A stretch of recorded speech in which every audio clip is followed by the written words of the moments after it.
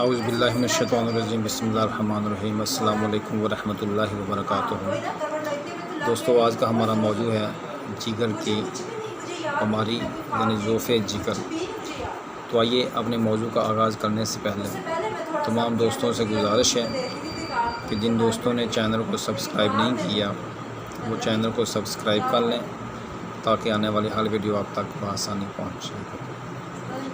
ضعف جگر کے اسباب میں سب سے زیادہ جو اہم چیز ہے وہ ہے چکنائی غذاؤں کا زیادہ استعمال، بدن میں بلغمی رطوبات کی زیادتی، جگر میں صفرا یا خون کا اکٹھا ہو جانا، جگر کی چاروں قوتوں قوت ہاضمہ، قوت جاذبہ، قوت ماسکہ اور قوت دافعہ میں خرابی پیدا ہو جانا، جگر کے شراکتی اعضاء مثلاً پتا، معدہ، تلی، رحم، سینہ، پھیپھڑوں میں سے کسی ایک میں خرابی کا پیدا ہو جانا جگر کی کمزوری کے اسباب ہیں۔ منشیات، خصوصاً شراب کا استعمال اس میں بہت زیادہ نقصان دہ ہے۔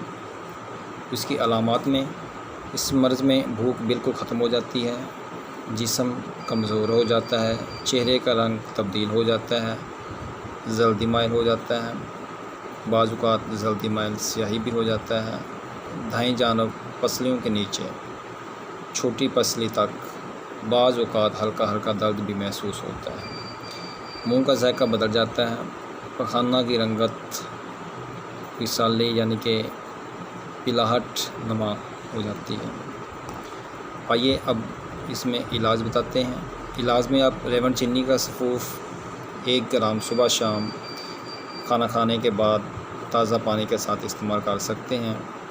دوسرے نمبر پر افسن 3 آدھی گرام صبح شام پانی کے ساتھ استعمال کریں۔ تیسرے نمبر پر بالشن، زیرہ سفید اور دار چینی، ان سب چیزوں کا سفوف بنائیں اور 1 گرام بعد از غذا کھانا کھانے کے بعد پانی کے ساتھ استعمال کریں۔ چوتھے نمبر پر افسن 3 اور ملٹھی کا جوشاندہ ہمراہ گلے ٹیسو صبح شام استعمال کریں۔ اونٹ کھٹارا کے بیج جگر کے امراض میں بہت زیادہ مؤثر ہیں، یہ بھی 1 گرام صبح دوپہر شام کھانے کے بعد تازہ پانی کے ساتھ استعمال کر سکتے ہیں۔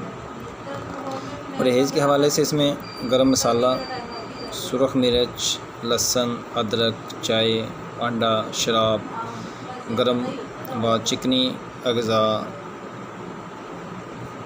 آئلی چیزوں سے پرہیز کریں۔